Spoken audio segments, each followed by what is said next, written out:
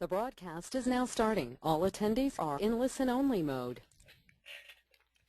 Good afternoon, and thanks for joining us. I'm your host for another edition of ODG in the Know with Phil LeFevre, Senior Account Executive for Work Loss Data Institute. And today we'll be discussing emerging trends in the adoption of evidence-based treatment guidelines at the state level. This is a story I'm excited to tell because I've seen some disturbing developments in otherwise noble efforts to bring evidence-based medicine to workers' comp.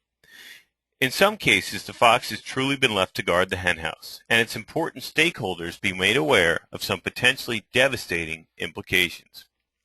We'll start with company background and full disclosure, then wade right into case studies. One of our themes will be to identify the guidelines taking hold in different states and reveal some very critical characteristics that they possess that may be largely unknown, but directly related to their potential for success or failure. It should also become clear that who the different players are along with their motivations. The primary stakeholders in workers' comp are first the injured worker, and second the employer, and third the healthcare provider. Ideally, their interests would align, but in the real world, that's not always the case. As an organization, we've been heavily involved in the guideline business. We're best known for ODG, the most widely used workers' comp medical treatment and return to work guideline in the world today by both payers and healthcare providers. We've also played a role in various other guidelines, including those from ACOM, CCGPP, Intracor, now owned by Genex, and McKesson. Lastly, we do publish state report cards for workers' comp, a study grading return to work performance in the workers' comp system using OSHA data that we'll reference today. We are an independent, for-profit database development company, and we do focus on workplace health and productivity. The most important driving force behind our business is the ODG product line. And by independent, I mean we don't represent one medical specialty over another, and we don't have a membership funding interest to answer to. Our success or failure depends solely on the effectiveness of our products in the marketplace. And the driving force behind ODG is evidence-based medicine, the basis on which all guideline recommendations are constructed, including a comprehensive and ongoing literature review and evidence ranking process. The objective of ODG, from literature review to content delivery to sale of the guidelines, is to improve patient outcomes. And you might say that we're for-profit, so our objective must be to sell, sell, sell. And you'd be right with one caveat. We are in this business for the long term, 18 years now, and any long-term success we have is wholly dependent on improving patient outcomes. If we don't do that, we're toast. It's the single biggest factor in the growth and recognition of ODG worldwide. Our philosophy is well defined in a quote by our senior medical editor, Dr. Charles W. Kennedy, who said, "The only way to achieve real and lasting cost savings in workers' comp is through the delivery of quality and timely care." So you need two things. You need the right care, and you need it quickly. This concept is illustrated illustrates well why states adopt guidelines in the first place. A good guideline will identify the right care, recommending timely approval, and differentiate it from the wrong care, which is not only costly, but can delay recovery and actually be harmful to injured workers, and so it will provide a basis for its restriction. A dual mandate is served, safeguarding access to quality care while limiting inappropriate or excessive utilization. This removes uncertainty from the equation, as providers know if they practice evidence-based medicine, they'll be reimbursed without issue. And the guidelines serve as a basis for prior authorization and the framework for when pre-auth is needed. Injured workers receive early access to quality care, functionality and wellness are restored with timely return to work, and the system operates efficiently. It's important to note that this is not cookbook medicine using a good guideline or medicine in a can.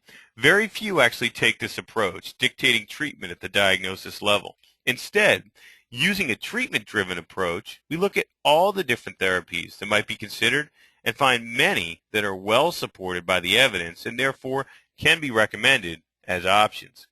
Here's that concept illustrated, where the objective is to avoid system traps common in workers' comp, including delayed recovery, excessive utilization, and too much UR that will drive out good providers, all of which coagulate to form runaway costs.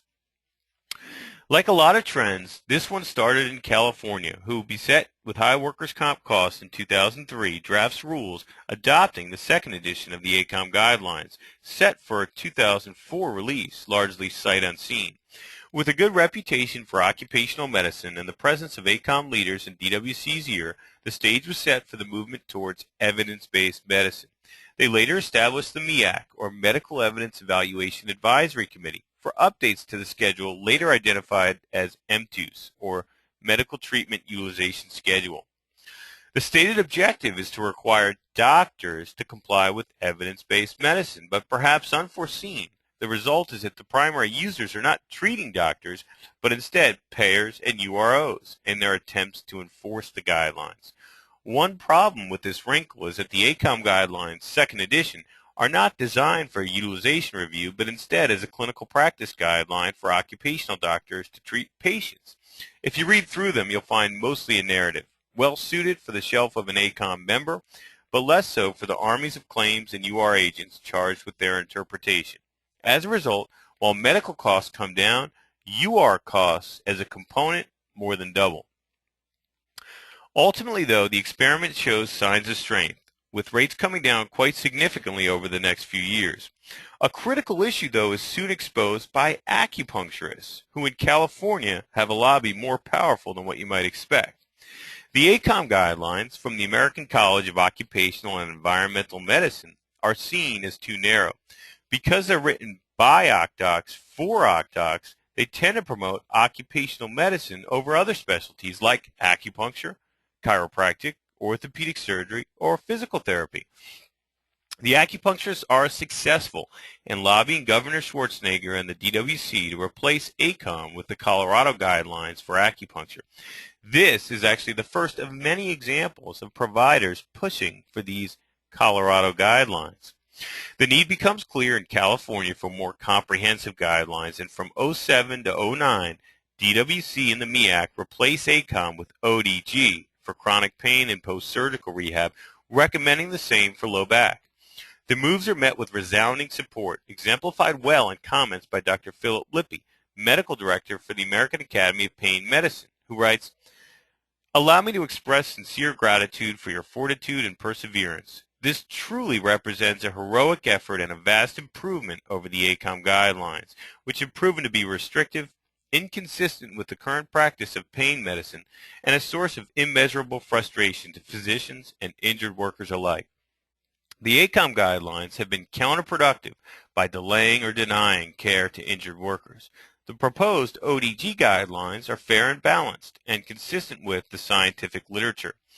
Likewise, the California Medical Association wrote, "We appreciate your time and hard work in looking beyond the ACOM guidelines to create a more comprehensive treatment schedule.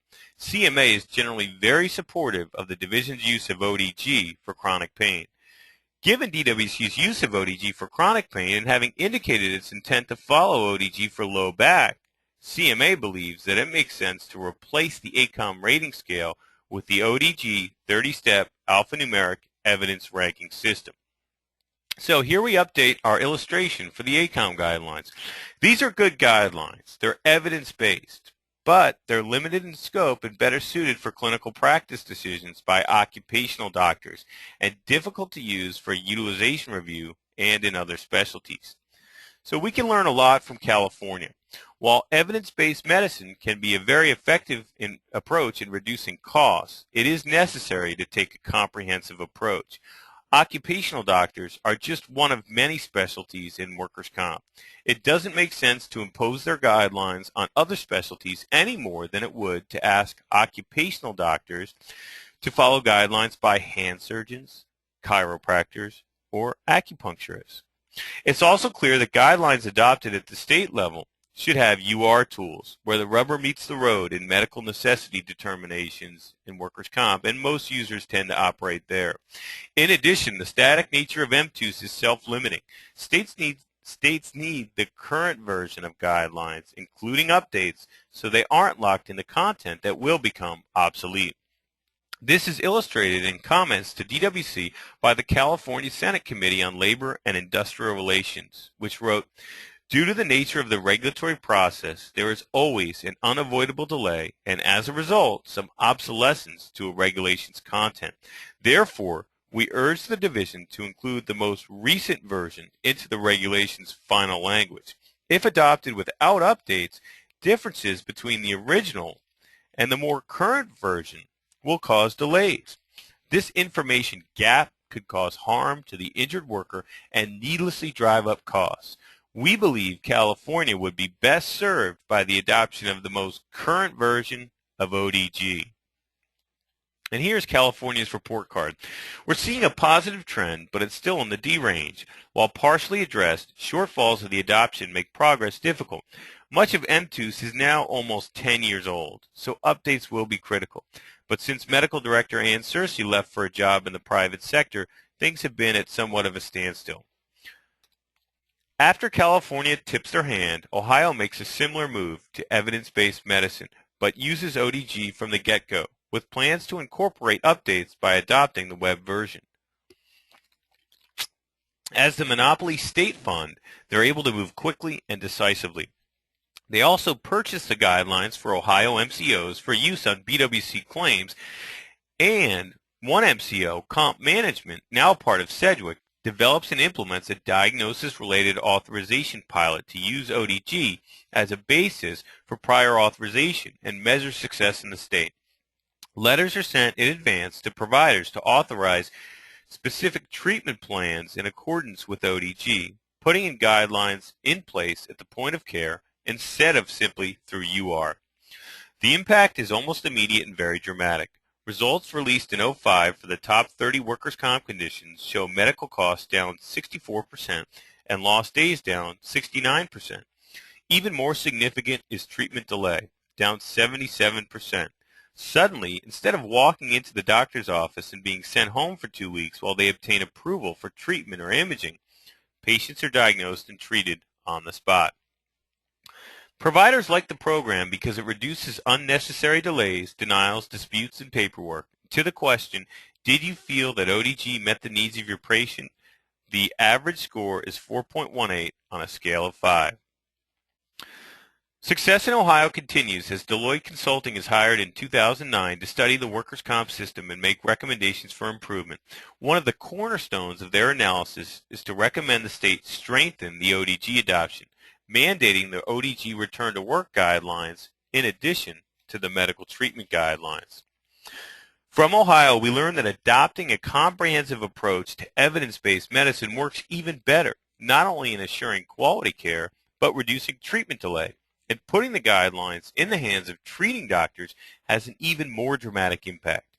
These images, I think, illustrate the difference well, where the first represents guidelines in place on the back end through UR, and the second, guidelines in place at the point of care. If you have B, there isn't much need for A, at least on such a large scale. North Dakota follows suit, adopting ODG in 2005. New CEO Sandy Blunt comes over from Ohio BWC, and as another monopoly state fund, they use Ohio as a model. Workers' comp premiums, already the lowest in the nation, drop 40%, and $52 million in premium is returned to employers, described as one of the largest direct cash infusions the state's economy has seen by House Majority Leader Rick Berg. Up next is Texas, the first non-monopoly state to adopt ODG. While it's more difficult politically in these jurisdictions, DWC is resolute. After conducting an extensive evaluation of ODG, ACOM, and other guidelines, Commissioner Al Betts signs the rule adopting the current version of ODG statewide for non-network care as of May 2007. The December 2008 report to the legislature shows savings of 26.2% in medical costs versus an increase of 7.1% for network cases that are not required to use ODG, although thankfully these only represent 9% of the total. Injured workers and new Commissioner Rod Borderland agree that access to care improves across all specialties. Return to work rates, the ultimate measure of post-injury success in workers' comp, improve across the board, most dramatically in the acute stage, as reported in the 2009 study, Impact of the ODG Adoption. Building on this success and with consideration to the national epidemic of prescription narcotics abuse, Texas adopts the ODG drug formulary as of September 1st of last year. Early results are impressive, with end drug use down 50% in the acute stage and 66% overall. Trey Gillespie, Senior Director for the Property and Casualty Insurance Association, calls the results extraordinarily encouraging, noting the division hasn't issued a single interlocutory order to require use of an end drug, indicating no readily identifiable need for their use outside of ODG. A study by PMSI confirms both cost savings and better safeguards for injured workers.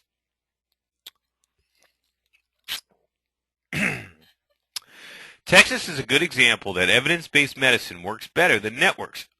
While the concept is to include only the best doctors, instead, medical provider networks are often just herds of providers who agree to cut prices and may make it up on volume, as seen by the 7% increase in costs for networks compared with 26% decrease for the ODG claims.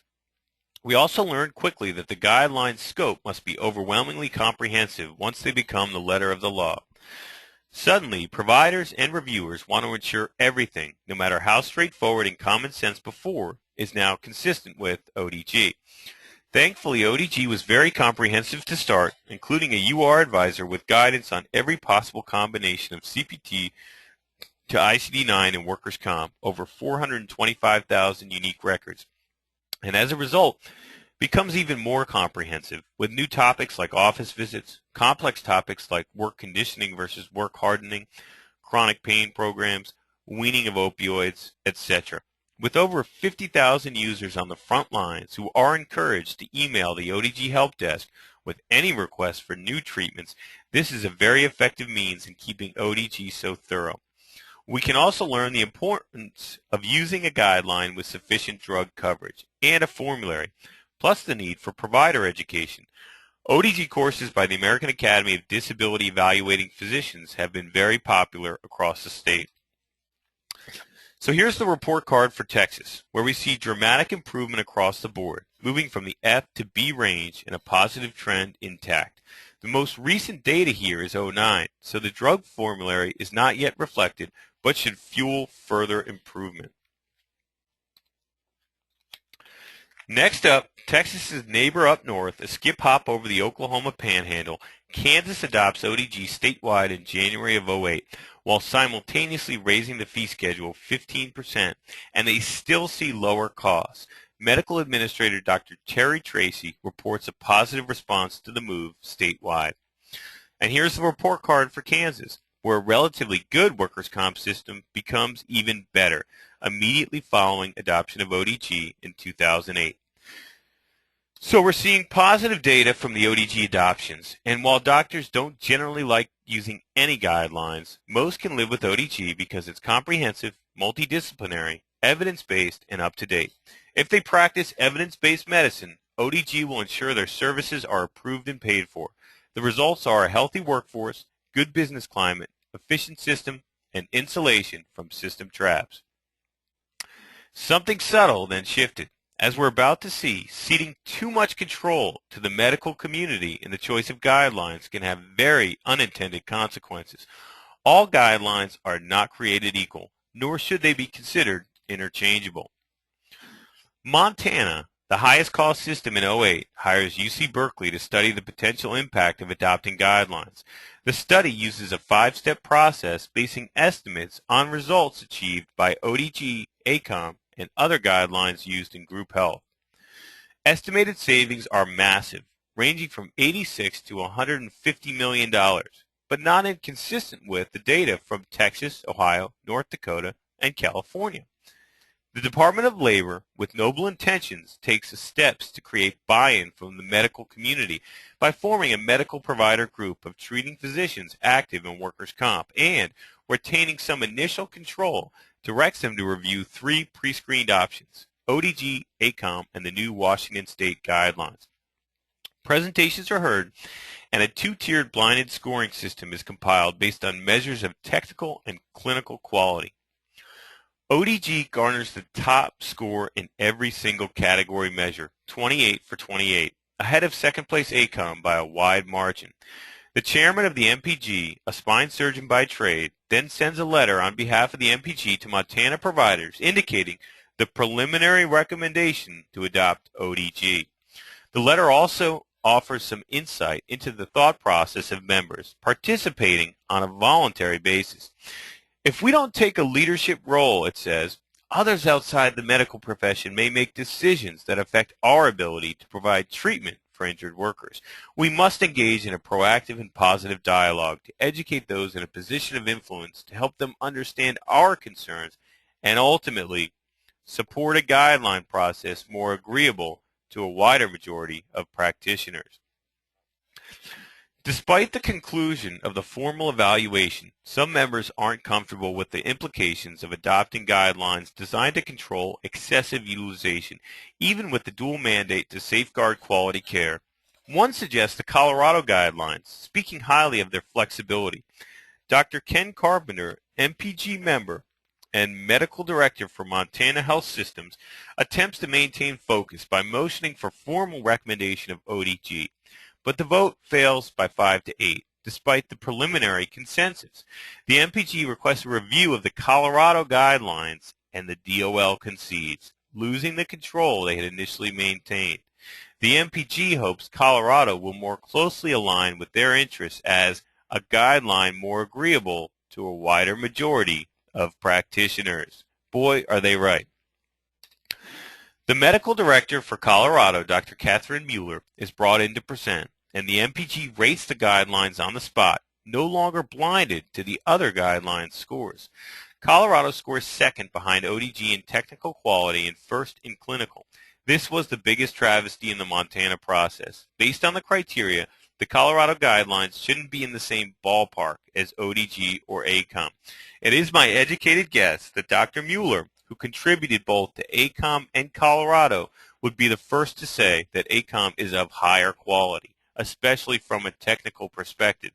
The clinical scores, too, were based 50% on comprehensiveness, but both the MPG and DOL recognized the need to backstop the Colorado guidelines with ODG or ACOM, which, of course, is a paradox. Nonetheless, Colorado secures the recommendation of the MPG, and one member sums it up well when he says, the Colorado guidelines were favored because they are the least restrictive of all the guidelines evaluated. The DOL then issues an RFP for either ACOM or ODG to fill the holes, but ODG is disqualified because we refuse to merge both guidelines into a single document that is not properly sourced. We felt it important and necessary to differentiate the ODG guidelines from those of Colorado as both a liability and intellectual property issue. Hence, Montana adopts Colorado as primary with ACOM as backup. Because the high-volume treatments are found in the primary guideline, it is safe to attribute the state's performance from here to Colorado. To illustrate the comprehensiveness in current research, this is a snapshot of ODG versus Colorado for chronic pain. The differences are gargantuan, with double the pages, triple the words, quadruple the treatments, 6 times the references, and 100 times the studies published in the last 10 years. In the last 5 years, ODG cites 119 studies compared with 0 for Colorado. 155 of 157 studies for Colorado are over a decade old. The reason is clear from their website, where you can see it was actually written in 1997, and most changes since then have been non-substantive, which means, quote, reformatting, renumbering, and correcting typographical errors, and do not include analysis of medical literature, end quote. Here are the technical quality ratings by the MPG for Colorado. They use the AGREE instrument, an international standard meaning appraisal of guidelines, research, and evaluation. The DOL was right to use this, but I'm afraid the MPG rankings are dubious at best. These are very specific measures designed to take subjectivity out of the equation. But the MPG members are human, and as treating doctors in the system, they have inherent conflicts of interest, so that's nearly impossible. Truthfully, it's hard to fault them for seeking guidelines that offer the least disruption to their own practices. In any case, we'll look at how the Colorado guidelines fared using the same AGREE instrument in 2 independent studies later. I'll save you the suspense now by saying, not good. So, what are the early signs from Montana's adoption of the Colorado guidelines? Well, a new report from Midland Claims Service, a Montana TPA since the 1940s, says they're likely to result in increased costs, not the 20 to 50% decrease pitched by lawmakers. The predictions, based on ODG, ACOM, and other guidelines, were wildly optimistic for Colorado. In fact, the concept that UC Berkeley can project savings from guidelines without identifying which guidelines is at the root of the problem. All guidelines are not created equal, nor are they interchangeable. Experience from one has no bearing on that of another. Insiders agree, including President of Montana Health Systems, Ramona St. George, who notes, "It is our opinion they will do little, if anything, to control costs, particularly since the deference to the attending physician still exists."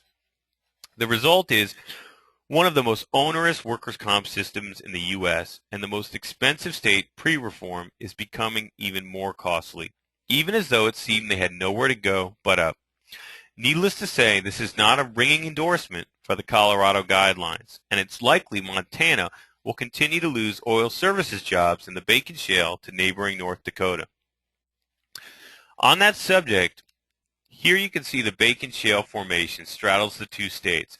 While more recoverable oil is estimated in North Dakota, the difference is nowhere near as large as the monthly oil production data. North Dakota added increased production of 100,000 barrels per day in 2011, while Montana's production declined. In this business, you always go after the low-hanging fruit first, measured by the input costs of extraction. Workers' comp costs, especially for dangerous work like oil recovery, are a component of those costs. North Dakota, an ODG state, has the lowest workers' comp costs in the country. Montana has the highest. If you were CEO, where would you drill first? So where did Montana go off track? Well, the DOL failed to maintain focus when the MPG requested adding Colorado retroactively. And why did they favor Colorado? Well, they said it plainly, because they are the least restrictive guidelines they could find. Here we compared ODG and the Colorado guidelines for chronic pain. Of the 116 interventions covered in Colorado, only 3 are not recommended. It is truly the guideline of yes. Of more than 400 treatments in ODG for chronic pain, 62% are recommended, 35% are not, and 3% are under study. It's safe to say ODG is a much more balanced guideline. And here's our illustration updated for the Colorado guidelines. They will make your providers happy, but otherwise it's an unmitigated disaster. If you adopt these guidelines without learning why your state is different than Colorado, you will unfortunately pay a steep price. The good news is it's an easy concept to grasp, but no one's asking the right questions. Colorado, you see, is an employer choice of physician state, where employers and carriers direct care to injured workers by choosing their providers. They don't use doctors that overtreat or drive bad outcomes. UR under this system doesn't even exist, and payers are actually forbidden by the Workers' Comp Act to dictate type or duration of treatment. So they better pick good doctors, and they do. But in order to ensure they don't pick doctors that are too hard-nosed, the state developed treatment guidelines to ensure care is not unreasonably withheld. Therefore, the Colorado guidelines are not designed to control excessive utilization, which isn't a problem under their system. But when these guidelines are adopted where the employee chooses a physician like most states, carriers and UROs are shooting blanks, and employers are put on the hook to pay for the excess. Guidelines in these states must serve a dual mandate to both safeguard access to quality care and limit excessive utilization. Doctors here in the USA are reimbursed based on volume, and unless that changes, UR is the only control we have in most states. Adopting the wrong guidelines renders this enforcement mechanism impotent, and the effects are disastrous. So, we've established the purpose for the Colorado guidelines and how they became the guidelines of yes. Now the question is, are they evidence-based? Well, the Colorado website says they're based on consensus and community input. which is something other than evidence-based medicine. In addition, 2 studies have also found the answer to be no. First, Rand Corporation in 2004 reviewed 72 guidelines as possibilities for California, Colorado among them, and used screening criteria with the number 1 category that the guideline be evidence-based, in addition to peer-reviewed, nationally recognized, regularly updated, and multidisciplinary, all critical characteristics. Colorado failed the criteria and was left out of the finalist group, which included only ODG, ACOM, McKesson, Intracore, and the American Academy of Orthopedic Surgeons guideline. The second study was even more rigorous. Under the South Australian Workers' Comp Board, the University of Adelaide's Health Technology Assessment searched and reviewed guidelines worldwide, narrowing the field to 27 using the same AGREE instrument, where they identified Colorado as purely consensus guidelines. They used a threshold of 80% in rigor scores to identify higher quality guidelines and look for consistency between recommendations and underlying evidence.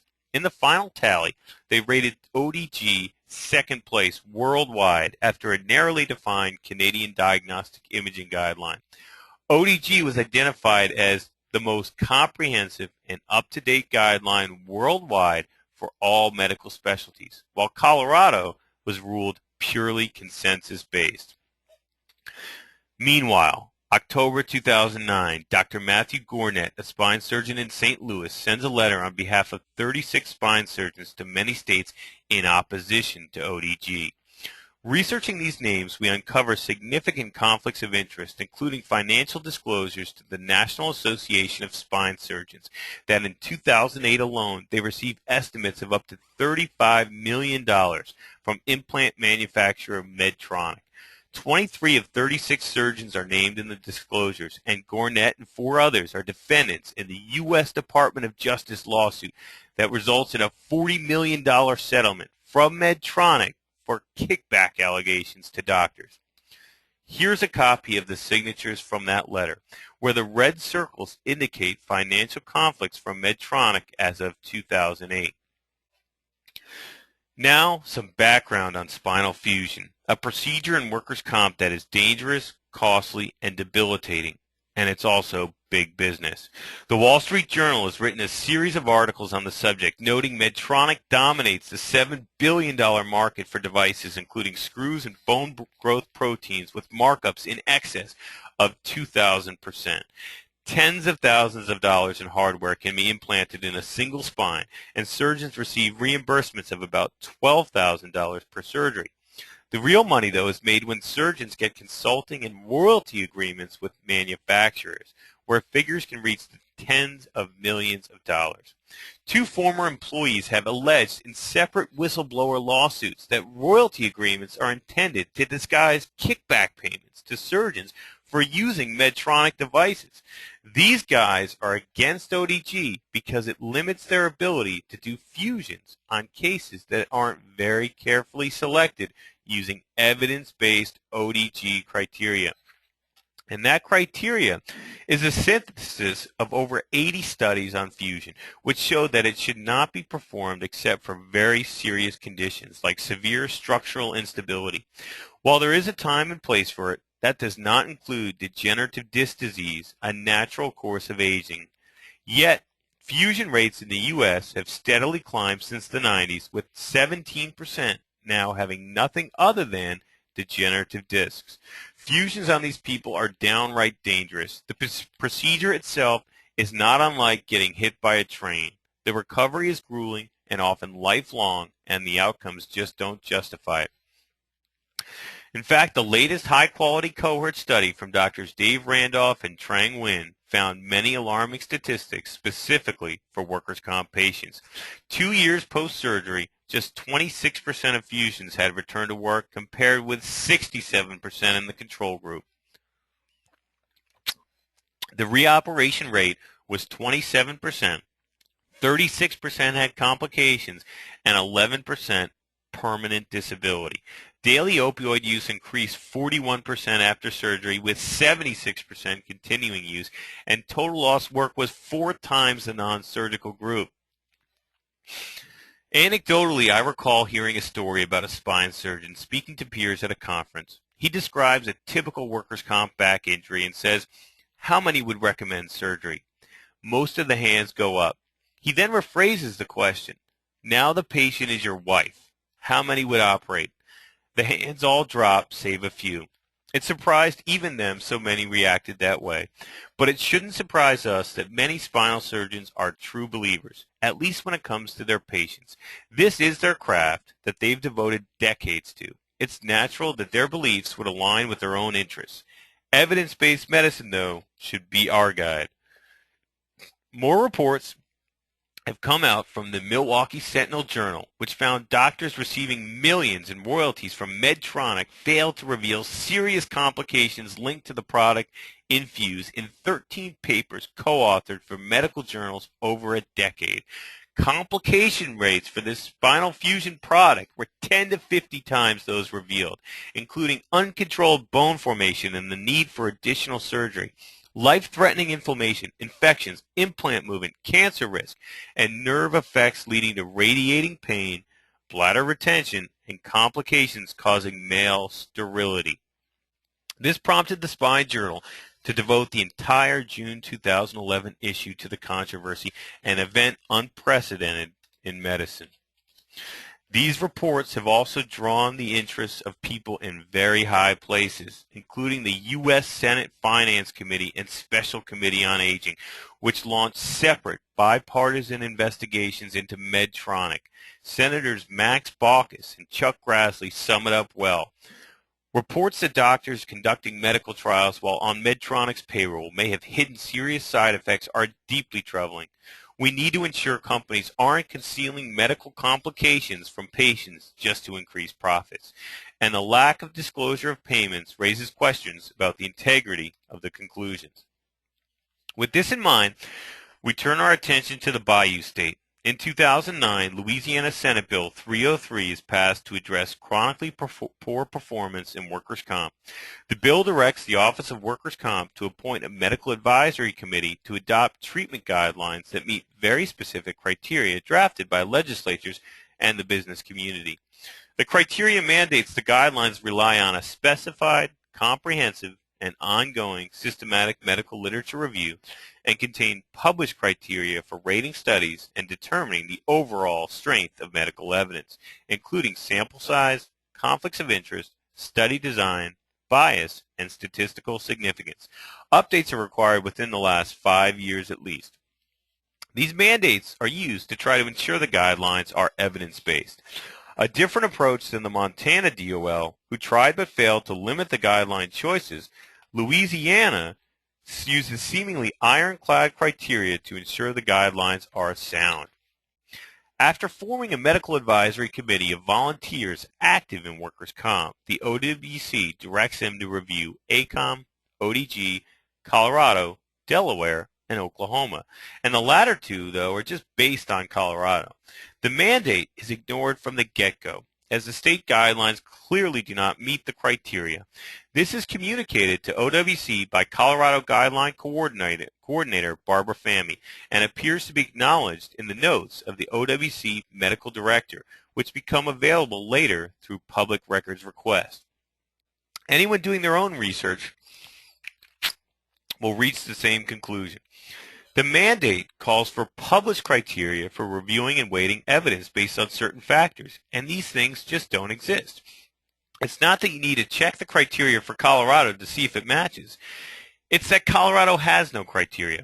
In addition, examples like the chronic pain chapter, with no citations since 2003, are both many and glaringly obvious. OWC soon asked the MAC to vote for Oklahoma or Colorado as a base. ACOM and ODG are dead on arrival because a panel of treating doctors will always and everywhere follow the axiom established in Montana, which is pick the least restrictive guidelines you can. The medical director sums up the thought process in emails when he says they better pick the guidelines or business and industry will revolt and then the legislature may shove restrictions down our throats.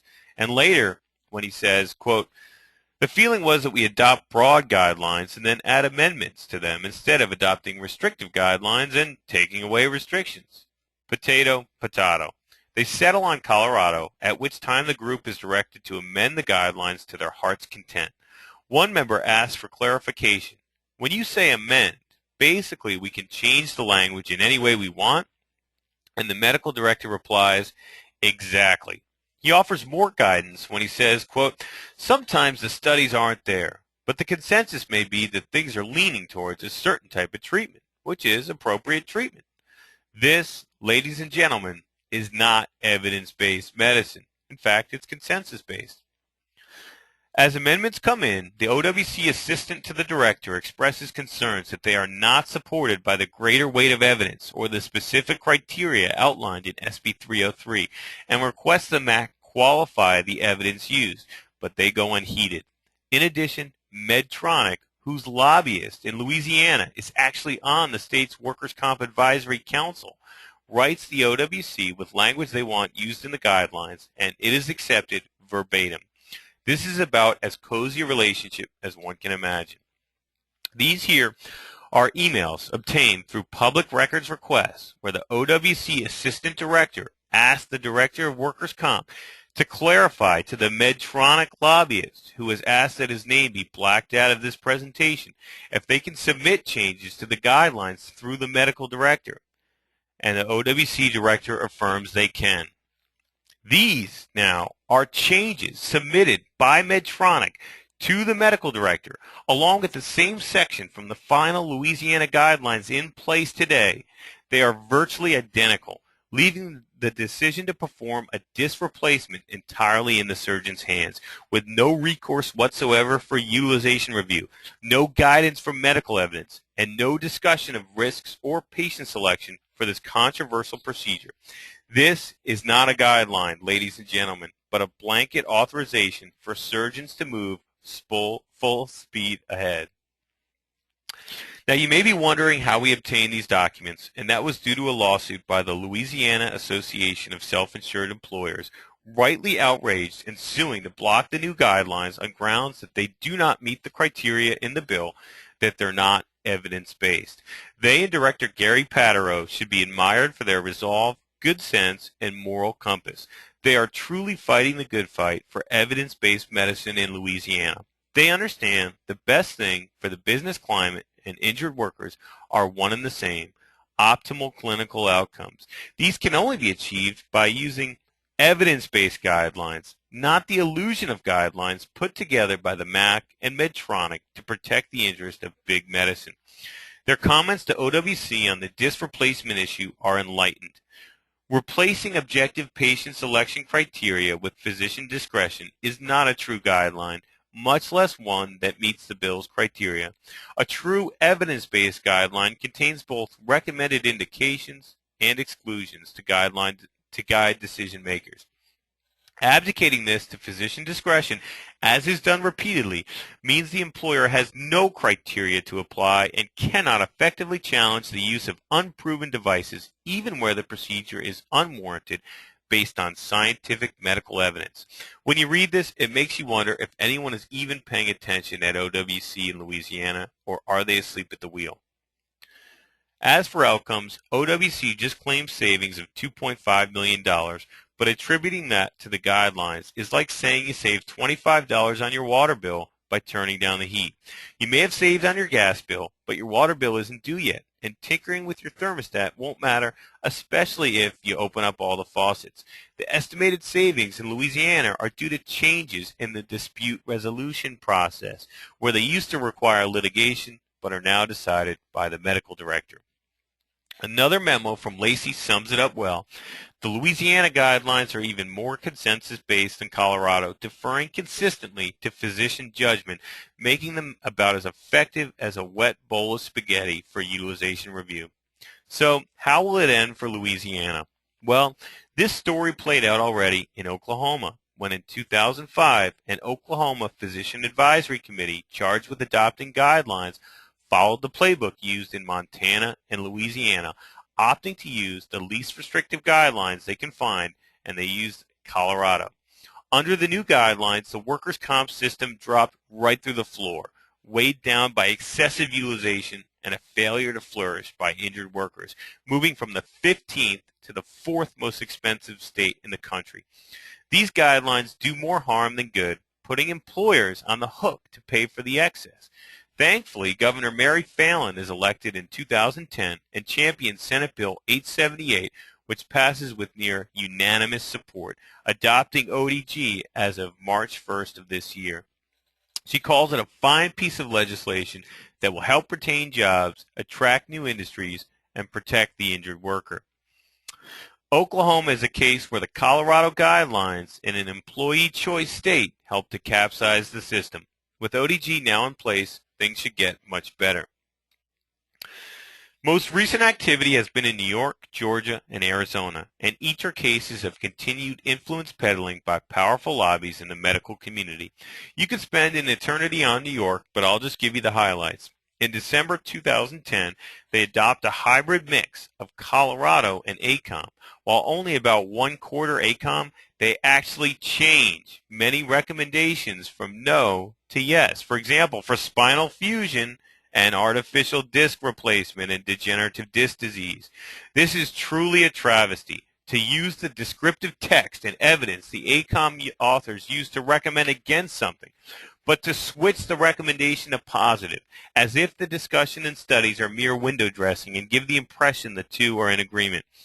That ACOM allowed this is unsettling, but they did nonetheless, and based on the reports, the system is under a barrage of variance requests, and thus far that exceed 200,000. Analysis from the Workers' Comp Alliance, which of course is a group of claimants' attorneys, but they are using the board's own data here, show costs up $60 million and litigation increasing dramatically because they fail to include guidelines for chronic pain, attempting instead to use acute care guidelines on chronic cases. Now, I did just speak with Executive Director Jeffrey Fenster this morning, who assured me they are working on chronic guidelines now. However, this seems like a bureaucracy with little experience in creating guidelines, putting together an amalgamation of content primarily based on Colorado that is not well supported by current best evidence. Guideline developers in the private sector employ armies of reviewers, have literature reviews that are ongoing with complex ranking criteria designed to produce guidelines that are thorough, evidence-based, transparent, and clinically sound. It costs millions of dollars and requires constant attention. In Georgia, treatment guidelines are part of proposed legislation for the 2010 session by the Workers' Comp Board. Support was offered by the Governor's Office and Representative Bill Embry, chair of the House Industrial Relations Committee, who had agreed to sponsor the bill. But just last month, Embry succumbed to heavy lobbying by the Georgia Society of Orthopedic Surgeons and the Medical Association of Georgia, withdrawing his support and likely killing the bill. In Arizona, House Bill 2365 was introduced by Representative Karen Fann, naming both ODG and ACOM. On February 1st, representatives from Medtronic were successful in meeting personally with Representative Fann to express distaste for ODG and ACOM and suggest the approach taken by Louisiana that ended so badly for Oklahoma, using Colorado as a base and asking surgeons and providers in the state to tweak them for Arizona. They refer to this as an evidence-based alternative to ODG or ACOM, but we know from our own research and industry studies that we've covered today that the Colorado guidelines are in fact consensus-based. The Medtronic reps also suggest their concerns are about doctors having to buy guidelines, that Colorado is better because it's free, as if they're all interchangeable. First, summaries from ODG are posted for free on the National Guideline Clearinghouse at guidelines.gov, and this is sufficient for most doctors and the public. But for users who do purchase a subscription at $162 per year, it's this cost aggregated across all subscribers that supports the incredible amount of research and development needed to maintain and deliver high-quality, evidence-based guidelines. Of course, Representative Fann doesn't know she's being bamboozled. How could she? At the public hearing on February 6th, Medtronic offers vociferous objection to the bill as written, explaining they would prefer an independent medical panel to create Arizona-specific guidelines with no default to ODG or ACOM. As Dave DiPaolo, president of WorkCom Central, said, this would give their lobbyists the ability to influence regulators to ensure their own interests are well represented and codified into the guidelines. So by now, I've talked your ears off, and one thing I hope is clear is that there exist two kinds of guidelines in medicine, evidence-based and consensus-based, and they're not the same thing, nor are they interchangeable. Outcomes achieved by one are attributable only to that guideline. Because the new Porsche 911 does 0 to 60 in 3.9 seconds, or a Jeep Wrangler can traverse a rocky incline, does not mean all cars will do this for you. You will not get the same results in a Pinto. Similarly, the results in Texas, Ohio, North Dakota, and Kansas are unique to ODG. Evidence-based medicine is healthcare based on clinical studies of what works best and what does not, and this requires a transparent literature review and evidence ranking process. Evidence-based medicine, though, is not healthcare based on opinion, consensus, personal observation, or tradition. If you put a group of treating doctors together in a room and ask them to come up with state-specific guidelines for your state, congratulations, you have just defined the term consensus-based. If that's what you want, fine. At least understand, though, the implications and don't use the term evidence-based because it's not accurate. What's happening in many states is the purpose of guidelines is getting flipped on its head. While they're supposed to both safeguard access to care and control excessive utilization, instead the process is getting hijacked by powerful groups on the medical side to ensure their incomes and practice patterns are protected. Look, asking treating doctors to pick the guidelines is like asking NASCAR drivers to set the speed limits. They will always and everywhere prefer no guidelines or the illusion created by drafting guidelines without real restrictions. Who can blame them when 5,000 years of human nature tells them to protect their own interests?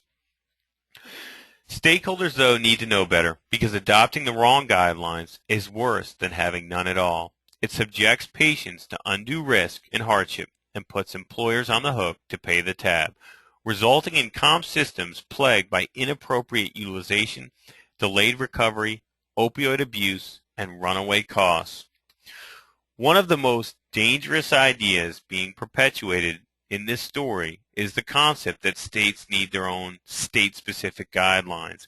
It is ridiculous to its core, as if human biology changes by crossing invisible lines on a map.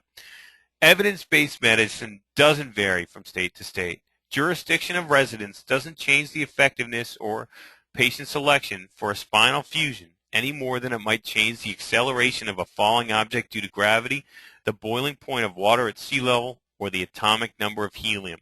It isn't normal to think an injured worker in Texas should receive a different level of care than one in Louisiana, and those who want you to believe it is are doing it to give themselves an opportunity to contaminate the process and protect their own interests. The only way to achieve real and lasting cost savings in workers' comp is through the delivery of quality and timely care. That can be achieved by adopting and implementing the most comprehensive, evidence-based, and up-to-date treatment guidelines available. If there is some way we can improve ODG for Ohio to make it more clear, more comprehensive, or more consistent with current best evidence, we do it, and it stands in Texas, North Dakota, and Kansas. If there is a procedure getting requested in Oklahoma, we'll do an evidence review, and users in Florida, California, and Utah will reap the benefit. If a decentralized group of volunteers in Louisiana could get together for a few conference calls and do a better job evaluating and synthesizing decades' worth of medical evidence into a high-quality treatment and UR guideline for workers' comp, we would not be in business today in our 17th edition. This is an example of cronyism at its worst, where groups use their power and influence to change the rules to support their own interests. For success, though, in your state, the best medicine is for the truth to be exposed and enough stakeholders to demand accountability, like Gary Patereau and the Louisiana Association of Self-Insured Employers. In time, the consequences of these fateful moves will be impossible to gloss over, but until then, you can help educate stakeholders to ensure decisions are made with complete information. With that in mind, I'm making these slides available to any interested parties, and will also provide complimentary access to ODG, where you can see what the medical evidence says on every possible therapy used in workers' comp, with clear indications for use, discussion of risks and benefits, with links to the supporting studies which have been ranked, highlighted, and indexed. And for those states considering guidelines, it doesn't take much time or study to see where guideline adoptions have gone well and where they have not. The single biggest factor in your success is the very guideline you choose to implement. Choose wisely. In closing, thanks for your time and attention, and please consider me to be at your service should any questions arise. And I'm going to flip it over to my contact information where you can direct questions. We will take questions offline because our time is up. Before I do, you have a minute here to go ahead and write down the username and password for the ODG treatment site at www.odgtreatment.com. And the username in lowercase letters is in the know, and the passcode is 2525. This will be good for a period of 30 days from March 28th, 2012. After that time, if you want trial access, feel free to contact me directly. You can do so using my contact information here. Again, thanks so much for your time and best wishes.